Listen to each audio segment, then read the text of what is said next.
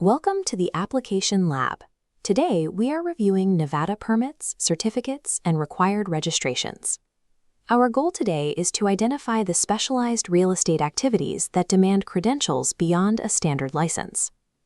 Nevada recognizes 3 basic real estate licenses, but holding one does not give you permission to handle every type of transaction in the industry.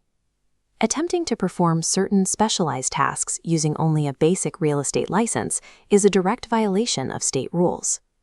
To manage this, the state uses 4 distinct add-ons to basic licensing, depending on the exact service you want to offer.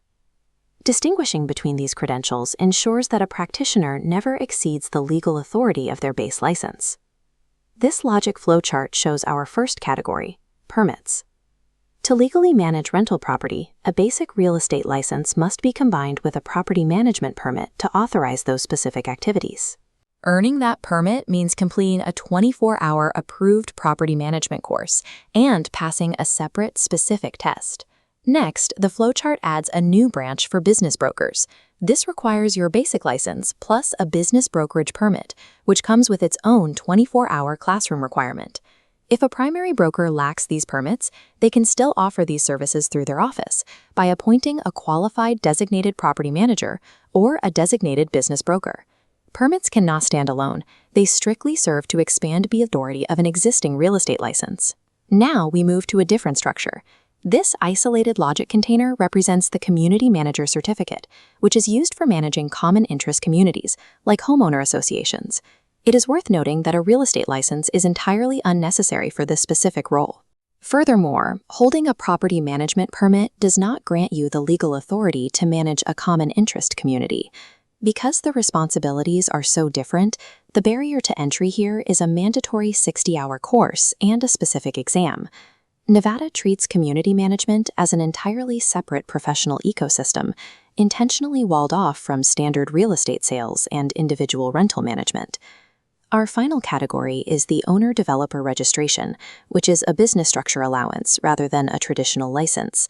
To qualify for this status, the entity must be a licensed Nevada building contractor who owns 5 or more parcels in a recorded subdivision. Once registered, the developer gains the ability to directly employ licensed salespeople to sell their newly built homes or vacant lots. However, there is a strict boundary. Those employed salespeople are legally prohibited from utilizing this relationship to list or sell on related resale homes. Keeping this active requires administrative upkeep, specifically an annual registration renewal. Registration does not grant general brokerage privileges. It is a targeted administrative tool allowing contractors to manage the sales force for their own inventory. As we have seen, authority in Nevada real estate is highly compartmentalized and rarely absolute.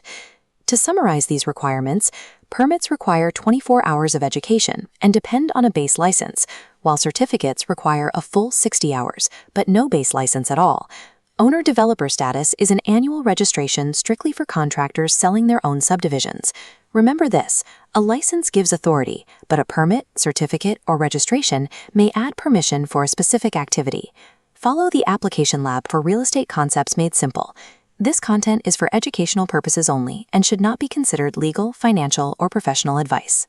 Always check current laws, regulations, licensing rules, and local requirements before making decisions.